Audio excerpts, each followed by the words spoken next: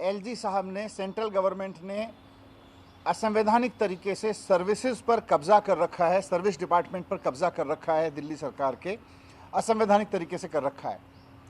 अगर असंवैधानिक तरीके से एलजी साहब ने कब्जा नहीं कर रखा होता तो आज दिल्ली के एक एक स्कूल के पास में अपना एक परमानेंट प्रिंसिपल होता।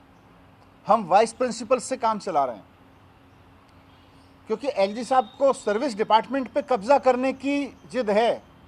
सेंट्रल गवर्नमेंट को इस बात की जिद है कि भाई सर्विसेज तो हम तय करेंगे, असंवैधानिक रूप से तय करेंगे, लेकिन उनको इस बात की जिद नहीं है कि वो स्कूलों में प्रिंसिपल की भर्ती करवा दें। उनको इस बात की बिल्कुल चिंता नहीं है कि दिल्ली के स्कूलों में जो 18 लाख बच्चे पढ़ रहे हैं उनके लिए प्रिंसिपल दे दें। सर्विसेज के मालिक बन के बैठे हुए हैं असंवैधानिक तरीके से।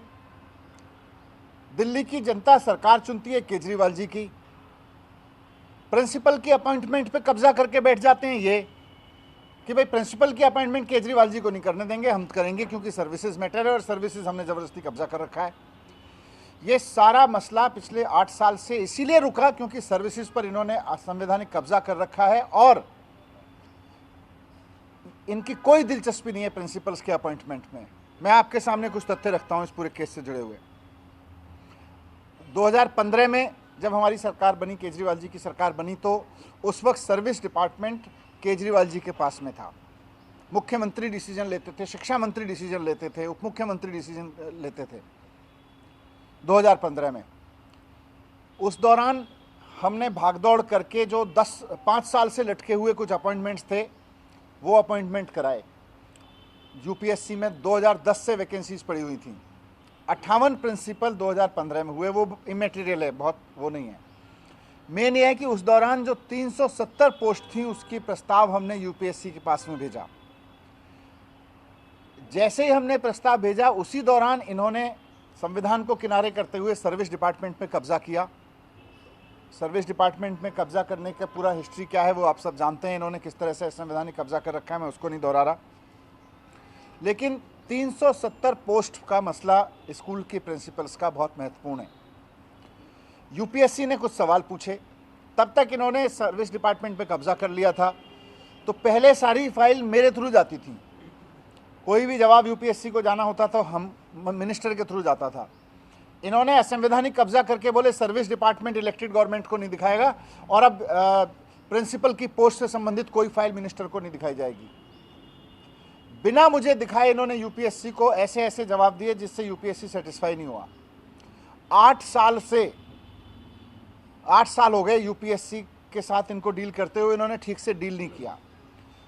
2 साल पहले जब मैंने और बुरी स्थिति होते देखी, स्पीच और प्रिंसिपल्स रिटायर होते चले गए, तो मैंने इनफॉर्मल तरीके से अधिकारियों के साथ मिलकर यूपीएससी से भी संपर्क कराया, मैंने फॉर्मेलिटीज़ भी पूरी कराई और स्थिति ये हुई कि भाई इन पोस्ट को दोबारा से भरा जाए, उसकी सारी प्रक्रिया शुरू हुई, जो और भी पोस्ट खाली हुई थी।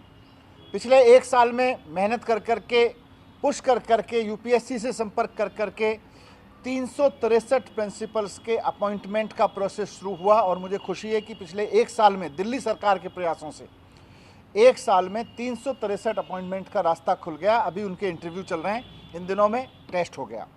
लेकिन ये जो 370 पोस्ट थी, इन पर यूपीएससी के कुछ सवाल थे जिनका एलजी साहब ने कभी सेटिस्फैक्ट्री जवाब दिया ही नहीं। एलजी साहब ने सर्विस डिपार्टमेंट को कभी ठीक से जवाब देने ही नहीं दिया। मैं सर्विस डिपार्टमेंट के अधिकारियों को कहता था इनका ठीक से जवाब दो, बोले साहब एलजी साहब के निर्देश हैं, इसी तरह से जवाब जाएगा।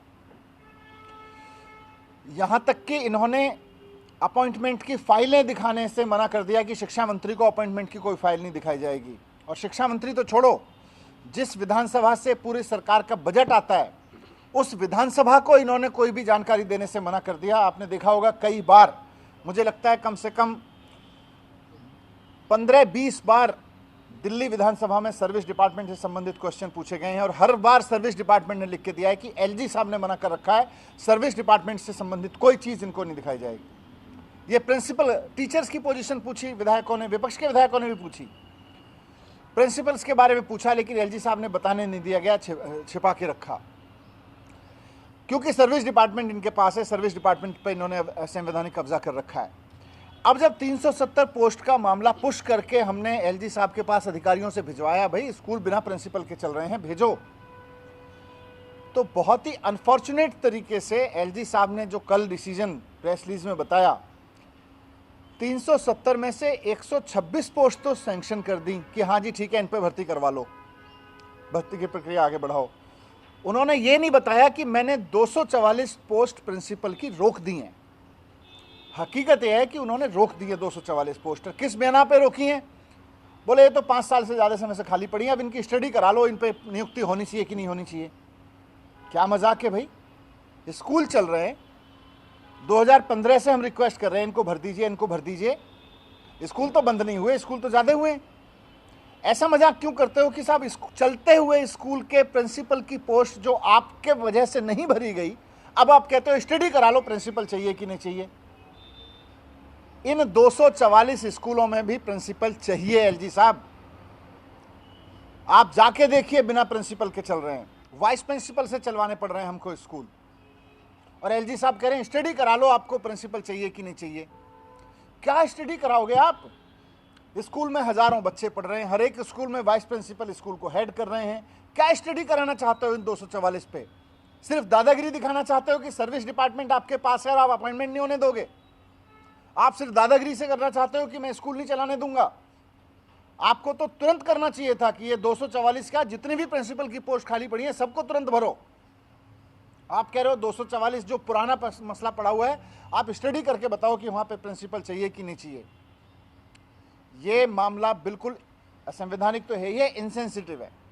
अगर आज सर्विस डिपार्टमेंट दिल्ली सरकार के पास होता, ये 8 साल से धक्के नहीं खा रही होती फाइलें। 1 महीने के अंदर अंदर 2015 में शुरू करवा दिया था हमने।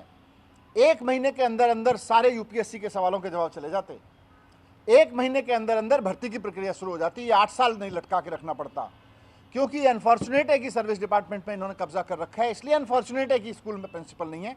और सबसे ज़्यादा अनफॉर्चुनेट है कि संवैधानिक पद पर बैठा हुआ आदमी ये कह रहा है कि चलते हुए स्कूल में प्रिंसिपल चाहिए कि नहीं चाहिए, उसके लिए स्टडी करा लो। स्टडी कोई ज़रूरत नहीं है। मैं आज आपके माध्यम से एलजी साहब से रिक्वेस्ट करना चाहता हूँ, ये आपके जो रोकने के बहाने हैं चीज़ों को, स्टडी करा लो, प्रिंसिपल चाहिए कि नहीं चाहिए, टीचर्स को विदेश भेजना चाहिए कि नहीं चाहिए, उसका कॉस्ट बेनिफिट एनालिसिस करा लो, इस तरह के जुमले मजाक में मत करिए। ये मजाक नहीं है, स्कूल चलाने का मसला है, ये बच्चों के भविष्य का मसला है। टीचर्स मेहनत करके चला रहे हैं, उनके पूरे के पूरे स्कूल को एडमिनिस्टर करने का मसला है। जो 244 स्कूल आप रोक के रखे हुए हैं उनको भी सैंक्शन करिए। ये फिल्मजी ग्राउंड पर मत रोकिए कि साहब स्टडी करा लो। चलते हुए स्कूल की कैसे स्टडी कराओगे आप? क्या लिखवाओगे उसमें? 1000 बच्चे पढ़ रहे हैं, प्रिंसिपल चाहिए कि नहीं चाहिए? ये मजाक है, या तो समझ नहीं है या बहुत बड़ा मजाक कर रहे हैं आप, और ये मजाक नहीं है शिक्षा। यही मैं कहना चाहता था।